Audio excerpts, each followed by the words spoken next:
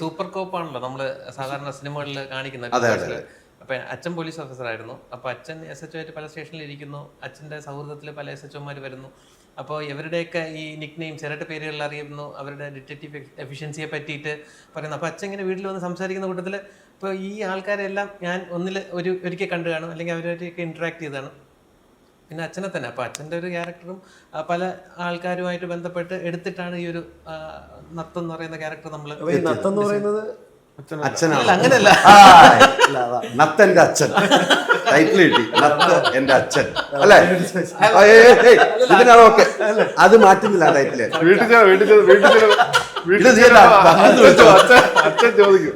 അച്ഛനെ വരെ നിങ്ങൾ വിളിച്ച് ഇനി അങ്ങനെയല്ലാന്ന് പറഞ്ഞിട്ട് കാര്യമില്ല. അങ്ങനെയാണ്. അല്ല, അച്ഛൻ മിടുക്കനാണെന്ന് കാണിക്കാൻ വേണ്ടി സിനിമയിൽ ഒരു സീൻ തന്നെ ഇട്ട് സാറേ നത്തെന്ന് പറഞ്ഞുണ്ടല്ലോ, ഇത് ഭയങ്കര ബുദ്ധിയുള്ള ഒരു പക്ഷിയാണ്, ഇത് ഇങ്ങനെ പതിയെ കീരുന്നു, അവസാനം ഈ ഇരകളെ പിടിക്കുന്ന ഒരു സിസ്റ്റം അച്ഛനൊപ്പം അല്ല, അതെനിക്ക് ഇഷ്ടപ്പെട്ടത്. ഇവര് പിടിച്ചിട്ടത് ഇതൊരു പോലീസാണല്ലോ, എന്താന്ന് ഉദ്ദേശിച്ചത്? ഇത് കുട്ടമ്പിള്ള, സൂപ്പർ, ഇത് കുട്ടമ്പിള്ള. മോൻ കുട്ടമ്പിള്ള ആയതുകൊണ്ടാണ് നമ്മൾ കാസ്റ്റ് ചെയ്തത്. അല്ലെങ്കിൽ വിളിക്കത്തില്ല നമ്മള്. അല്ല, നത്തുപുത്രൻ, അല്ല ദത്തുപുത്രൻ അല്ല, ഇത് നത്തുപുത്രൻ. എനിക്ക് ഒത്തിരി ടൈറ്റിൽ കിട്ടുമല്ലോ. അതോടാണ് ദത്തുപുത്രൻ അല്ല, ഇത് നത്തുപുത്രനാണ്. അങ്ങനെ നമുക്ക് കൊടുത്തേക്കതെ. ഞങ്ങളിത് 3 പേര് സമയത്ത് അങ്ങനെ കൊടുക്കാം. ഇനി എന്താ കുഴപ്പം? അതിന് തന്നെ കൊടുക്കാം നമുക്ക്. ബാക്കി പറഞ്ഞു. കണ്ടിന്യൂ. അല്ല, ആ ക്യാരക്ടർ അങ്ങനെയാണ്. അപ്പൊ നമ്മള് കാണുന്ന റിയൽ ലൈഫ് അല്ല, അച്ഛൻ്റെ ഞാൻ പറഞ്ഞില്ല, ഒരു ക്യാരക്ടർ ട്രേറ്റ് അതിലേക്ക് എടുത്തിട്ടുണ്ട്. ഇല്ലാന്നല്ല, എടുത്തിട്ടുണ്ട്. ഒന്നിലധികം റിയൽ പോലീസ്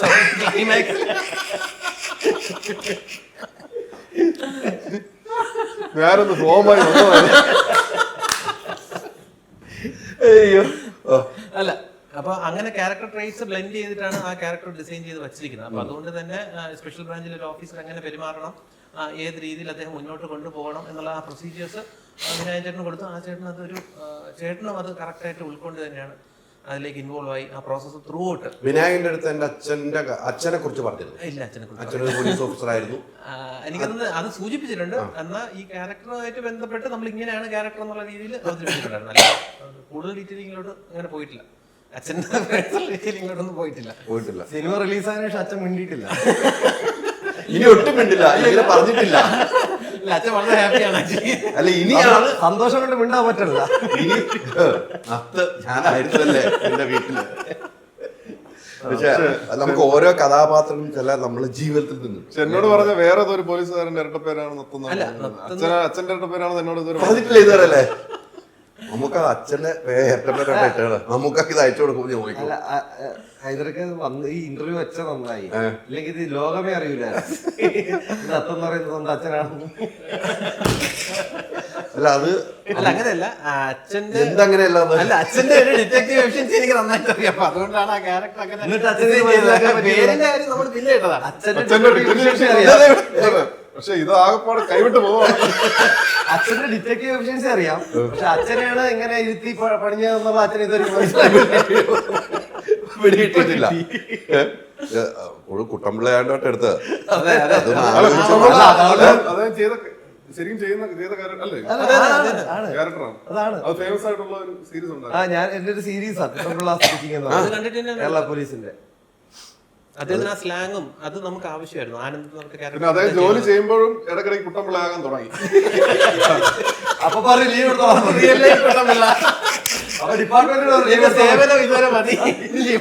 ആ ലീവാണ് ഇങ്ങോട്ട് പോയിക്കൊണ്ടിരിക്കുന്നത് അല്ലേ? അതെനിക്ക് ഇഷ്ടപ്പെട്ടു. എന്തായാലും വേറെ പ്രധാനപ്പെട്ട കാര്യമാണ്, ഇപ്പം നമുക്ക് ഇതിന്റെ സിനിമകൾ ഇപ്പം എല്ലാ ഹിറ്റുകളിലേക്കും അതൊരു ഭാഗ്യമാണ്. ആ കൂട്ടുകെട്ടിൽ പക്ഷെ നമുക്ക് എത്രമാത്രമാണ് നമ്മൾ ആ ലോഞ്ചിൽ ചേർത്ത് പിടിച്ചതെന്ന് കാണുമ്പോൾ നമുക്ക് സന്തോഷമാണ്. നമുക്ക് നമ്മുടെ ഏറ്റവും അടുത്ത സുഹൃത്തുക്കളാണ്. നമ്മളെന്നും രാവിലെ എഴുന്നേറ്റ് രാത്രി നേരത്ത് കണ്ടുപോകുന്ന ആൾക്കാർ. പക്ഷെ ആ മമ്മൂക്കാട് ആ ചേർത്ത് നിർത്തലുണ്ടല്ലോ, ജീവിതത്തിൽ മറക്കാൻ കഴിയുന്ന ഒരിക്കലും ആയിരിക്കില്ല. ആ മുഹൂർത്തം എങ്ങനെയായിരുന്നു? അത് എനിക്ക് ഈ പ്രോഗ്രാം നടക്കുമ്പോൾ സ്റ്റേജിലേക്ക് കയറുന്നവർ ആരൊക്കെയാണ് നമ്മളൊരു അതെ, ഒരു ഇതുണ്ടായിരുന്നു. ഒരു ധാരണയില്ല. റൈറ്റർ, ഡയറക്ടർ, പിന്നെ വിനായകൻ ചേട്ടൻ, സാറ്, പിന്നെ പ്രൊഡക്ഷന്റെ, അതെ, ഇവരൊക്കെ മാത്രമേ ഉണ്ടായിരുന്നുള്ളൂ. ഇപ്പൊ നമ്മളൊന്നും ആ ലിസ്റ്റ് ഇല്ല. ഇങ്ങനെ ഇരിക്കുന്ന സമയത്ത് ഇതുപോലെ കാര്യങ്ങളൊക്കെ പറഞ്ഞിരിക്കുമ്പോൾ ഞാൻ ഏറ്റവും അടുത്തായതുകൊണ്ട് തന്നെ സാറിന്റെ കുറെ നല്ല കാണാൻ ആ കോസ്റ്റ്യൂമൊക്കെ ഭയങ്കര രസമായിട്ടുള്ളത്. ഞാൻ മൊബൈലിൽ ഇങ്ങനെ കറക്റ്റ് ഷൂട്ട് ചെയ്തുകൊണ്ടിരിക്കും. എനിക്ക് ഭയങ്കര രസമായിട്ട് തോന്നി.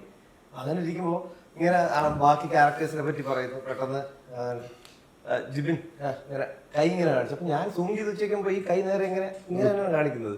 അപ്പൊ അടുത്തിരുന്നിട്ട് കൈ പെട്ടെന്ന് പറയാം. അത് എന്നെ കിടപ്പുണ്ട്. ക്യാമറ അതോടെ ഇങ്ങനെ തനിഞ്ഞ് നേരെ താഴെ അങ്ങ് പോവാണ് ഇത്. അപ്പൊ ചെല്ലെന്ന് പറഞ്ഞു. ഞാനങ്ങ് കയറി ചെന്ന് എനിക്ക് അറിയില്ല എവിടെ തുടങ്ങണമെന്നോ എവിടെ നിർത്തണമെന്നോ അറിയാത്തൊരവസ്ഥയിൽ അവിടെ നിൽക്കുകയാണ്. അങ്ങനെ ഒരു ചെറിയൊരു കിളി പോയ ഒരു മൊമെന്റ് ആയിരുന്നു അത്. അല്ല, മമ്മൂക്കയാണ് ഇതിനു മുമ്പേനോട് മമ്മൂക്കയാണ് ഈ സിനിമയിലേക്ക് പറഞ്ഞതെന്ന് പറഞ്ഞു. മമ്മൂക്കായിട്ടുള്ള പേഴ്സണലി അടുപ്പം വലുതാണ്. പക്ഷെ നിങ്ങൾ സിനിമയെ കാണുമ്പോൾ ആ സ്നേഹം, അതിനപ്പുറത്തേക്ക് ഉള്ള സംസാരം, എനിക്കൊന്ന് വീട്ടിൽ വിളിച്ചാണെങ്കിലും എനിക്ക് മറ്റേ നമ്മൾ ആ സിനിമയുടെ തത്താപ്പച്ചയുടെ അവിടെ പോയപ്പോഴും അല്ലെ മമ്മൂക്ക ചേർത്ത് പിടിച്ച് കാര്യങ്ങൾ സംസാരിക്കും. ഞാൻ നേരിട്ട് കണ്ടല്ലോ, ഞാനൊന്നും അവിടെ ഉണ്ടായിരുന്നു. ഓരോ സിനിമയ്ക്കും ഓരോ ആളുകൾ ഒരു അടുപ്പം വലുതായിരിക്കും അല്ലെ. ഈ സിനിമയിൽ നിന്ന് കുറെ പേരുടെ അടുപ്പം കിട്ടുന്നു, ശിവരുമായിട്ട് കൂട്ടുകൂടുന്നു. ആ അടുപ്പങ്ങൾ നിലനിർത്തി പോകാൻ എങ്ങനെയാണ്? നിലനിർത്തി പോണല്ലോ നമുക്ക്. സൗഹൃദങ്ങൾ എനിക്ക് ഭയങ്കരമായിട്ട് ഞാൻ ഉണ്ടാക്കുന്നയാളാണ്.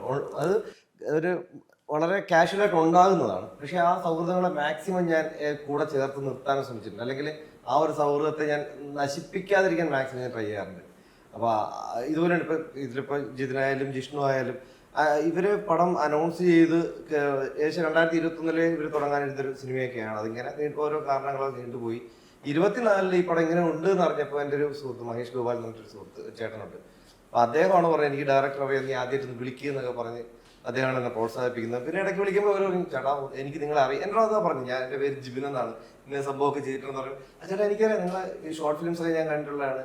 ആ ഒറ്റ കാര്യം പറയുള്ളൂ, സബ്ജക്ട് നിങ്ങളുമായിട്ടൊക്കെ ബന്ധപ്പെട്ട സംഭവം നമുക്ക് എന്തെങ്കിലും പിടിക്കാൻ പറ്റുമോ നോക്കാന്ന് പറഞ്ഞിരുന്നു. അത്രയും പറഞ്ഞിട്ടുണ്ടായിരുന്നു. അപ്പൊ പുള്ളിയുടെ ഷോർട്ട് ഫിലിംസ് പിന്നെ ബാക്കി ആരും അങ്ങനെ കണ്ടിട്ടില്ല. ഞാൻ ഒരു പർട്ടിക്കുലർ ഷോർട്ട് ഫിലിമിന്റെ കാര്യം പറഞ്ഞു. അപ്പൊ ഞാൻ കണ്ടിട്ടുള്ളതുകൊണ്ട് എനിക്ക് ഈ കഥാപാത്രം കൺവിൻസ്ഡ് ആയിരുന്നു. പക്ഷെ മറ്റുള്ളവര് വേറെ ചില ഓപ്ഷൻസ് ഇങ്ങനെ പറയുന്നുണ്ടായിരുന്നു. അപ്പം ഇതിൽ വേറെ 1-2 ക്യാരക്ടേഴ്സിൽ ഒന്ന് എന്തായാലും ഇദ്ദേഹത്തിന് മൈൻഡിൽ വെച്ചാണെന്നായിരുന്നു. പക്ഷെ അന്ന് എന്നോട് പറഞ്ഞു എന്തെങ്കിലും ഒരു സംഭവം പിടിക്കാന്ന് പറയുന്നത്. പക്ഷെ ഇങ്ങനെ നല്ലൊരു ക്യാരക്ടർ ത്രൂ ഔട്ട് തരും എന്നുള്ളത് എനിക്കറിയാം. പക്ഷെ അതിനപ്പുറത്തേക്ക് നമ്മുടെയൊക്കെ വൈബുള്ള മീൻസ് ഈ പുതിയ കാലഘട്ടത്തിന്റെ ആൾക്കാരെ പോലുള്ള 2 പഴയ ടീമുകളെ നമുക്ക് കൂട്ടായിട്ട് കിട്ടി എന്നുള്ളതാണ്. ഞാൻ ഒരു പരുവത്തിനാണ് കൊണ്ട് നടക്കുന്നത്. പലപ്പോഴും പഴയതിലോട്ട് പോകും. പിന്നെ ഇങ്ങനെയെങ്കിലും കൊണ്ട് വരുന്നതാണ് ഇതിനെ. കൊണ്ടു നടക്കുന്നുണ്ടല്ലേ ഇവര് നോക്കുന്നതല്ല. അല്ലല്ല, ഈ പടം കഴിയുമ്പോഴെങ്കിലും പോകുന്നോർത്ത് പോണില്ല അല്ലേ? അടുത്ത പടം ചെയ്യാനുള്ള ഞങ്ങൾ പ്ലാൻ ചെയ്തിട്ടുണ്ട്. അവര് പ്ലാൻ ചെയ്തിട്ടുണ്ട്. അതവര് തീരുമാനിക്കാനോ ഇനി കുട്ടമ്പിള്ള ഉണ്ടെങ്കിൽ വിളിക്കാം. കുട്ടമ്പിള്ളയുടെ വേറൊരു നത്ത്, കുട്ടമ്പിള്ളയുടെ നത്ത് അതൊക്കെയല്ലേ, അത് വേണ്ടി പിടിക്കാം. അത് വേണ്ടി പിടിക്കാം. ഹോം അപ്ലയൻസ് വാങ്ങാൻ ഒരിടത്ത്, ക്രോക്കറി വാങ്ങാൻ വേറൊരിടത്ത്, ഗാഡ്ജറ്റ്സ് വാങ്ങാൻ വേറെ എവിടെയോ ഒരിടത്ത്. അതെ, എന്തിനെങ്ങനെ പലയിടത്തും ഓടണം? മൈജി ഫ്യൂച്ചർ ഉണ്ടല്ലോ. മൊബൈൽ ഫോൺ മുതൽ ഹോം അപ്ലയൻസസ് വരെ എല്ലാം ഒരിടത്ത്, ഏറ്റവും കുറഞ്ഞ EMI. അങ്ങനെയാണെങ്കിൽ ഏറ്റവും കുറഞ്ഞ വില. ആഹാ, എന്നാ ഏറ്റവും കൂടുതൽ ഓഫറുകൾ.